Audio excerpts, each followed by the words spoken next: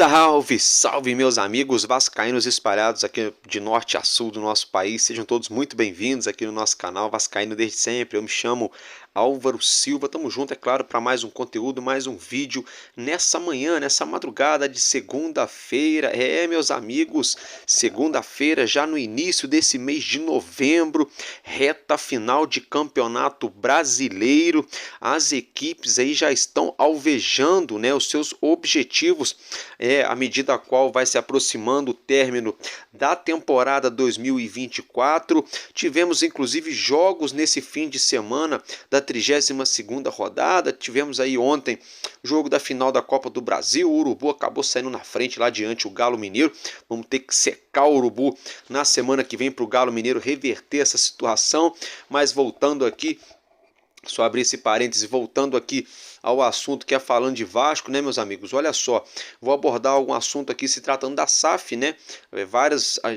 Os últimos dias aí, inclusive, o Vasco vem divulgando aos poucos vídeos explicando situações da SAF para o torcedor. A gente vai mais uma vez abrir aspas aqui para o Carlos Amodeu, para o Rafael Viana, né? Vamos falar também aí, é claro, de jogadores do Vasco emprestados que estão retornando agora no fim de 2024 para o Vasco. Que fim será, né, o desfecho para esses atletas? Se vão ficar no clube, se vão ser emprestados novamente, se algum deles vai ter contrato rescindido, se vai aparecer proposta de venda, né, no caso de compra. Enfim, vamos abordar a situação do basquetebol, Botafogo e Vasco, a tabela também do Campeonato Brasileiro. Então, bora lá, meus amigos, vem comigo que está começando mais um Madruga Vasco no canal Vascaíno desde sempre.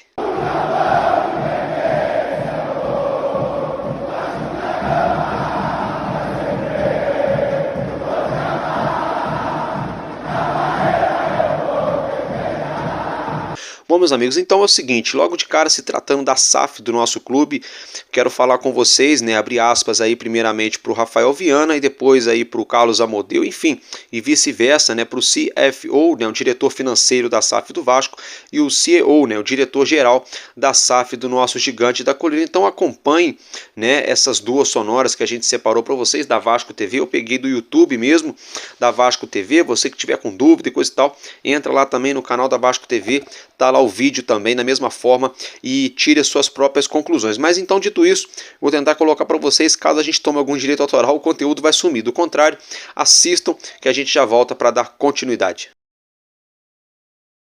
Aqui no Brasil a gente tem um planejamento que nunca é de médio e longo prazo, né? A gente sempre resolve tudo muito com imediatismo.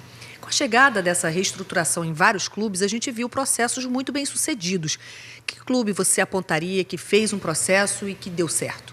Bom, eu particularmente posso falar de uma experiência que eu vivi, né? Em 2017, enquanto CEO do Grêmio, nós iniciamos e desenvolvemos um grande projeto de reestruturação no clube, que vivia um momento muito difícil do ponto de vista econômico, do ponto de vista financeiro. Fomos muito bem sucedidos nesse processo de reorganização do clube, fortalecemos o clube economicamente e tornamos o clube um case em termos de gestão e governança no futebol brasileiro. Mas nunca é um processo rápido, imediato, e isso gera no torcedor a sensação de que talvez eu não esteja vendo esse processo acontecer, por que demora tanto?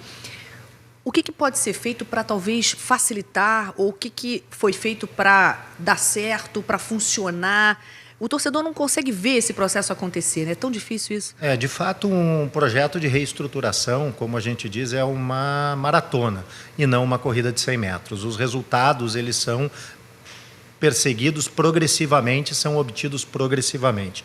O mais importante nesse processo é um processo de transparência, é um processo de comunicação, onde a gente possa sistematicamente relatar ao nosso torcedor todas as evoluções que nós vamos obtendo com o processo de reestruturação. Com isso, nós vamos alinhando as expectativas daquilo que nós estamos realizando internamente com aquilo que o torcedor espera que seja realizado para um futuro melhor para o Vasco. Você pode mandar a sua pergunta, um vídeo de até 30 segundos na horizontal, para esse e-mail que aparece aqui na tela.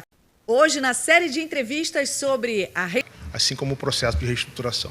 Você pode mandar a sua pergunta, um vídeo de até 30 segundos na horizontal, para esse e-mail que aparece aqui na tela.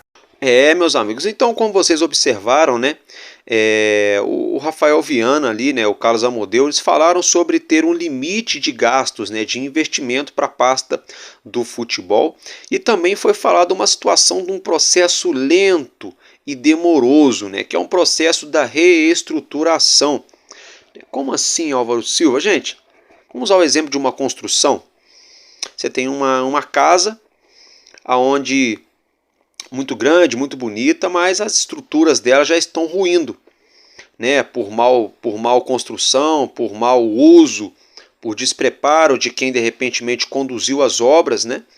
Depois de 126 anos de história dessa casa, as colunas começaram a ceder, as paredes começaram a trincar, o telhado está caindo, é goteira daqui, é goteira de lá, é curto elétrico fechando aqui e acolá, N situações, paredes mofadas, enfim. Só levando essa conjectura, essa ilustração para o Vasco, essa casa seria o nosso Vasco, né? E ela precisa ser reestruturada. Então, como vai ser reestruturada? Primeiramente, a base, o alicerce. Não adianta colocar um telhado bonito, colocar um piso bacana, fazer uma parede legal, se não tiver uma base. Então, qual é a base dessa casa? No caso, o Vasco da Gama, trazendo agora para o mundo real, no mundo atual de hoje. É a parte financeira, né? É a parte ali, a estrutura financeira, sanar as dívidas, equacionar, diminuir o valor que o Vasco deve aos credores, tentar captar mais recursos, atrair novos investidores, mantendo a operação do futebol de forma saudável e sustentável, que é o mais importante, sustentar aquilo que está na planilha, não extrapolar, né, não ali ficar sempre no vermelho, porque então a gente vai ficar ali igual andar na esteira, né? Quem vai na academia ou já foi sabe como é que é andar numa esteira. Você anda e não sai do lugar. O corpo está ali queimando, né? Mas você está no mesmo lugar. Mesma coisa é a parte financeira do Vasco hoje. O dinheiro está sendo queimado, tá gastando, mas o clube não sai do lugar. Inclusive, está ficando mais endividado. À medida que vem aí a pressão por resultado esportivo, por melhora, por entrega dentro de campo, precisa se contratar para ter uma boa performance. E nessa que você precisa contratar, você dispensa alguns também, você torna a dever mais um pouco. Você já tinha X de devedores, você passa a ter Y de devedores, ou seja, de credores, de pessoas que você deve, né? Ou enfim, ou CNPJ, independentemente. Então, esse processo de reestruturação da Vasco-SAF é basicamente isso.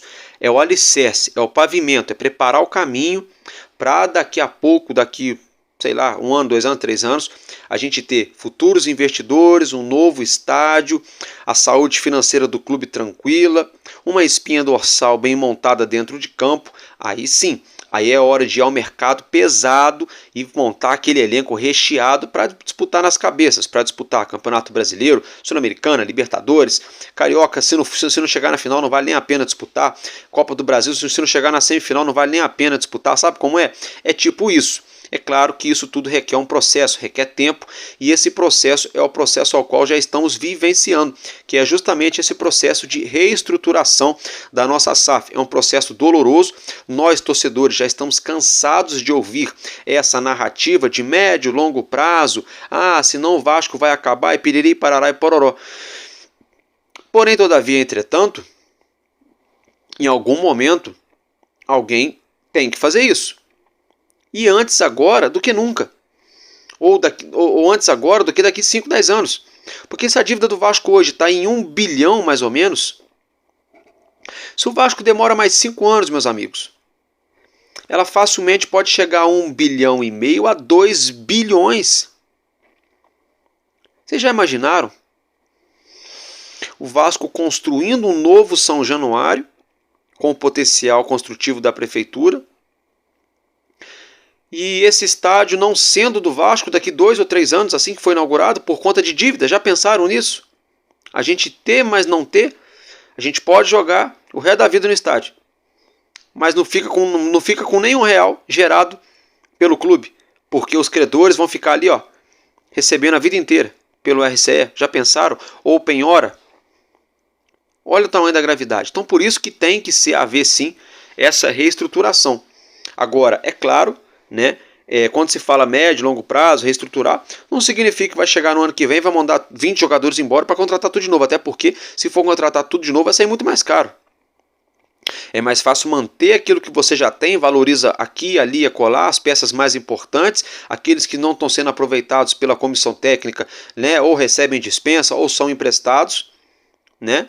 E se conseguir vender algum desses jogadores que são ativos do clube, ajuda muito ao clube a manter a operação do dia a dia, sanar a dívida ou até mesmo investir no próprio futebol, sem precisar pegar recurso de outra coisa para gastar na pasta de futebol, que foi falado também agora há pouco pelos administradores da nossa SAF, né? Se tratando aí de haver um teto orçamentário para o futebol. Ou seja, se for estipulado lá no Conselho Fiscal do clube, da SAF, exemplo, tá gente? Só um exemplo. Esse ano não podemos gastar mais do que 200 milhões de reais no futebol, ou 150 milhões, mas isso aí é contando folha salarial e contratação, e viagem e tudo. Aí você equaciona isso dividido por 12, mais um, que é o 13º, 13, uma folha salarial aí, vamos botar aí de 15 milhões, 15 milhões vezes 10 vai dar 150 milhões, vezes 12, 180, mais o 13º, 195, aí já não sobra nada para contratar ninguém. Vocês entendem como funciona? Então tem que ser uma coisa muito bem pensada, muito bem estruturada. É claro que o dinheiro ainda vai entrar no Vasco. Vai entrar, por exemplo, uma premiaçãozinha do Campeonato Brasileiro quando terminar, que vai ser melhor que a do ano passado. Né, o Vasco recebeu, por exemplo, aí um dinheiro legal da CBF, mais de 20 milhões de reais por conta da Copa do Brasil. A gente vai receber, é claro, a cota de transmissão do Campeonato Carioca. A gente vai receber, é claro, a cota de transmissão do Campeonato Brasileiro. Né? Se o Vasco conseguir uma competição internacional, já melhora essa cota de transmissão também de televisão. Né? Já pode conseguir, inclusive, acertar com algum novo patrocinador, injetando dinheiro novo no clube, dando fluxo de caixa, dando sustentabilidade para a pasta. Mas é claro que não vai ter como fazer loucura. Não, vamos no mercado trazer um zagueiro de 30 milhões, por exemplo, como a 777 fez. Esqueçam, isso nem aconteceu esse ano e não vai acontecer. Depois que o Pedrinho chegou, isso não vai acontecer, pelo menos esse ano que vem. O Vasco vai trazer zagueiro? Com certeza vai trazer. Mas vai ser muito bem mapeado, de um modo que caiba no bolso do Vasco, para o Vasco disputar. E querem ver um exemplo que dá para fazer isso? O Bragantino montou times assim nos últimos anos, gastando muito pouco. O Cuiabá montou times nos últimos anos, gastando muito pouco. Esse ano eles estão mal, eles estão ali na berlinda para cair, mas os últimos 3, 4 anos aí não disputaram bem. O Atlético Paranaense também montou times aí competitivos, gastando bem menos do que muitos medalhões do futebol nacional. Então por que não? Isso dá para acontecer sim. Depende da intenção da gestão e da sustentabilidade. Agora, que dá um frio na barriga do torcedor de ouvir esse negócio de médio e longo prazo e de um processo doloroso, deixa todo mundo de cabelo em pé, né, gente? Bom, mas é isso. Agora, dito isso, deixa eu falar com vocês aqui sobre Luca Orediano. Ele marcou um golaço nesse sábado lá na MLS, na Major League Soccer, né? O Cincinnati City acabou perdendo para o New York City por 2-1, mas o gol do Cincinnati foi o gol. Foi um golaço, você já acompanha na sua tela. Uma pintura de Orediano, né? Dominou na entrada da área, soltou um balaço no ângulo, né? Indefensável para o goleiro da equipe adversária, tá, gente? Eu tinha falado para vocês esses dias, se o Vasco vendesse ele para o Cincinnati, o Vasco iria arrecadar um pouco mais de 20 milhões de reais. Eu estava equivocado, tá, gente? Porque segundo o GE. Globo, o Vasco deve arrecadar algo em torno de 16 a 17 milhões de reais, mais ou menos o valor que foi gasto no atleta, tá? Então vamos lá. Se o Orediano quisesse jogar no Vasco, tivesse vontade de vestir a camisa, valeria mais a pena trazê-lo de volta do que vendê-lo agora por esse valor.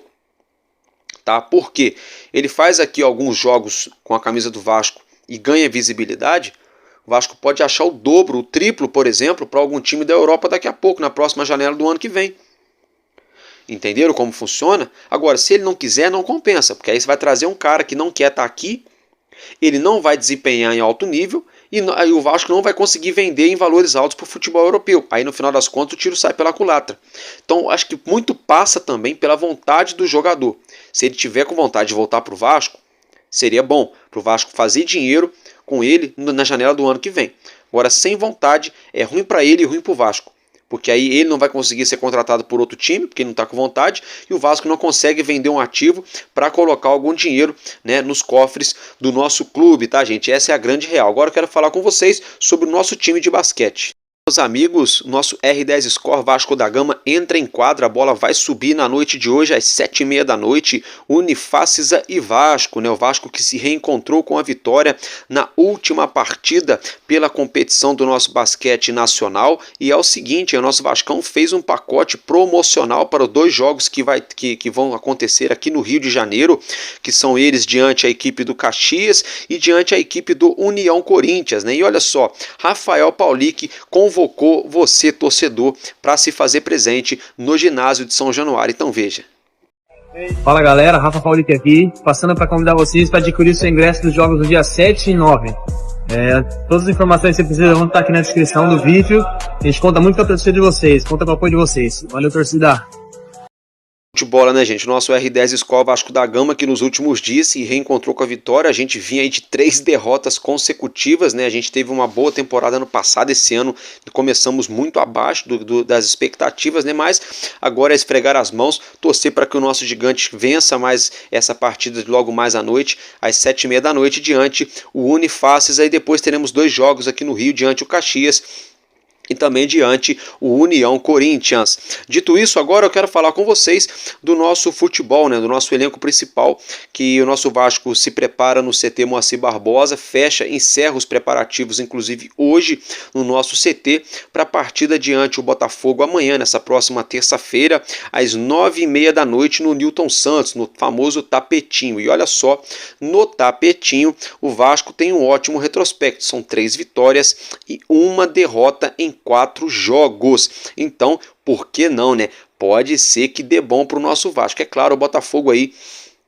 brigando pelo título, Fortaleza que venceu com autoridade o Juventude jogando lá no Alfredo Jaconi em Caxias do Sul. O Palmeiras também tá doido para beliscar mais esse título, para ser o maior aí, já se consolidar de uma vez por todas como o maior campeão da competição nacional do nosso futebol. Fato é que o nosso Vasco tem essa dura parada contra o Botafogo, mas clássico é clássico e vice-versa, já diria o poeta, e o jogo é jogado e o lambari é pescado, assim como se diz aqui onde eu moro. Brincadeiras à parte, quem pode estar voltando aos gramados no fim desse mês de novembro é o nosso querido JP, tá? Ele que está fazendo tratamento no joelho, deve voltar na reta final do Brasileirão. E o Paulinho Paula também aí a gente tem uma expectativa que ele volte a atuar com a camisa do nosso gigante após longos meses de recuperação, após uma ruptura no ligamento cruzado anterior. Vamos torcer para que ele volte também nos próximos dias. Nosso meio-campista Paulinho Paula, que faz muita falta, né? Toda a sua criatividade, e ele que é um jogador também box to box, né? Um jogador que marca, ajuda a defender na parte de recomposição, mas também sai para o jogo, pisa na área, finaliza. É um jogador ali que tem ali um 1 contra 1. Está fazendo falta no elenco do nosso gigante. Agora, ainda se tratando da 32ª rodada, nós tivemos aí 4 jogos nesse fim de semana, né? Que tivemos aí, por exemplo, Fluminense e Grêmio empataram em 2-2 aqui no Rio, no Maracanã. O Red Bull Bragantino em um jogo horroroso, tá? Eu tive o desprazer de assistir essa partida, muito pobre tecnicamente essa partida, empatou em 0-0 com o Cuiabá. O Red Bull Bragantino, o duelo dos desesperados, né? Foi esse jogo aí nesse fim de semana. Tivemos a vitória, no caso, a vitória do Vitória da Bahia em cima do Atlético Paranaense na Arena da Baixada, na Liga Arena, por 2-1, né? O Furacão aí com sinal de alerta mais do que ligado, né? Mais do que ligado. E tivemos aí a goleada, né? Digamos assim, do Fortaleza aí brigando pelo título mais do que nunca. 3-0 em cima do Juventude lá em Caxias do Sul, no Alfredo Jaconi. Aí teremos hoje, nessa segunda-feira, Corinthians e Palmeiras, o clássico da rodada, em que jogaço, às 8 horas da noite. Se segure nas suas poltronas, pois teremos um jogão, Corinthians e Palmeiras, nessa segunda-feira, às 8 horas da noite, pela 32ª rodada. Amanhã, na próxima terça-feira, teremos 3 jogos às 9h30 da noite, que são eles Internacional e Criciúma, Bahia e São Paulo, Botafogo e Vasco da Gama. Então observe que o Internacional e o Criciúma fazem competições opostas nesse momento. O Inter brigando ali por Libertadores diretamente, trocando ponto a ponto ali contra Flamengo, contra Bahia, São Paulo, né? É claro, acima do Bahia e do São Paulo, mas brigando ali, né? O Internacional, que empatou aí um jogo atrasado com o Flamengo lá em Porto Alegre em 1-1 na Arena Beira-Rio, busca uma reabilitação, né? E o Criciúma, né, gente, que briga ali do meio para baixo da tabela. Se vence um jogo, começa a pensar em um copo meio cheio. Se perde, começa a pensar de novo no copo meio vazio. O Bahia enfrenta o São Paulo, um confronto direto ali por uma vaga em Libertadores para se consolidar ou já começar já a derrapar de vez. O Bahia que perdeu para o Vasco na última rodada aqui no Rio, em São Januário. E o São Paulo, né, que vem de alguns bons resultados aí também, inclusive ganharam da gente 3-0 lá naquele fatídico jogo, que se vocês devem estar lembrando, com certeza devem lembrar, né? E aí, é claro, teremos Botafogo e Vasco da Gama, outro clássico também dessa rodada, né? O Vasco que briga por uma vaga em competição internacional e o Botafogo briga pelo título do Campeonato Brasileiro. Aí teremos na quarta-feira o Cruzeiro, que recebe o Flamengo em Minas Gerais às 9 horas da noite, e também Atlético Goianiense, virtualmente rebaixado, recebe o Atlético Mineiro, né, gente? Torcer aí pro Dragão ganhar do Galo Mineiro, né? Torcer pro Urubu empatar com o Cruzeiro, nosso Vascão ganhando do Botafogo, de repente Bahia e São Paulo empatam. Pode dar bom para nós, pode ficar ainda melhor, mas não que é ruim, mas porém, todavia, entretanto, a gente tem que fazer o nosso papel, que é vencer, né? Se o Vasco vence, tudo fica diferente. Agora, se o Vasco perde, não adianta de nada os outros fazerem ou deixar de fazer alguma coisa, porque só depende de nós, né? A gente galgar alguma coisa na competição, visando aí, no caso, algo internacional para a temporada do ano que vem. Agora, se tratando de jogadores que têm contrato de empréstimo terminando no fim dessa temporada, são alguns jogadores aí de uma lista, né, gente, divulgada pelo GE, que é o goleiro Alexander, o zagueiro Capasso, o lateral Riquelme, o volante Zé Gabriel, o volante Barros, o volante De Luca, o atacante Figueiredo e o também atacante Serginho. Figueiredo está no Curitiba, Serginho está no Criciúma, o De Luca, eu esqueci o time que ele está, gente, me fugiu aqui, eu peço perdão, acho que está no Ceará, né? Está no Ceará. O Barros está no Amazonas, o Zé Gabriel está no Curitiba, né? O Riquelme, acho que estava no Sport, não tenho certeza, gente, me fugiu também. O Capasso está no Olímpia do Paraguai e o Alexander está no Ipiranga do Rio Grande do Sul, né, gente? O Alexander, eu acho ele bom goleiro, né? Só que ele tem uma parada dura, né? Que agora é o Felipe Gabriel, né?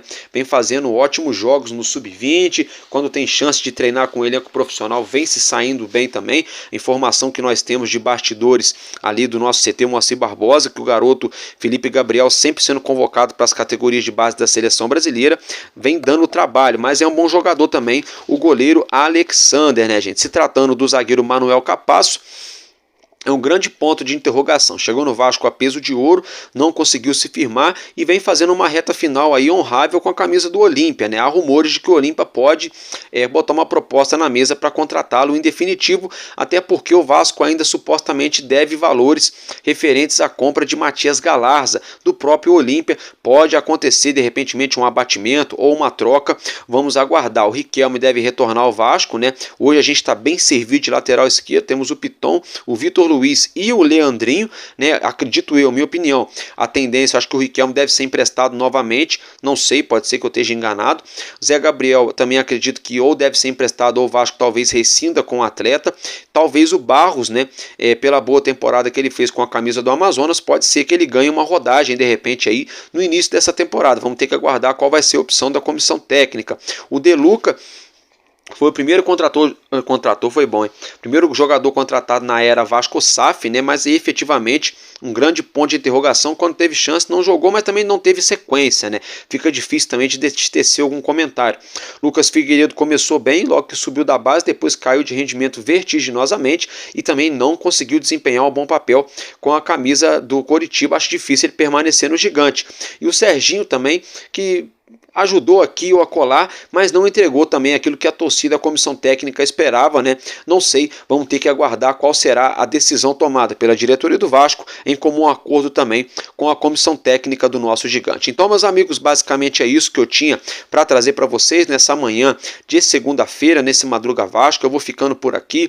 Um abraço para cada um de vocês, que Deus possa Deus possa não, Ele sempre pode, né? Que Deus nos abençoe. Ótima semana para todos nós. Um prazer estar aqui para falar com vocês de Vasco. A gente se vê logo mais tarde aí, ainda hoje, aqui na nossa programação do Expresso News. Vou tentar voltar ao normal com a programação do Expresso News, tá, gente? Vou tentar voltar ao normal com a nossa programação do nosso Expresso News. Tamo junto, então. Um casaca no coração de cada um de vocês. E valeu, porque enquanto houver um coração infantil, o meu, o seu, o nosso Vasco da Gama será imortal. Vascaíno desde sempre. Valeu e tamo junto. Vasco!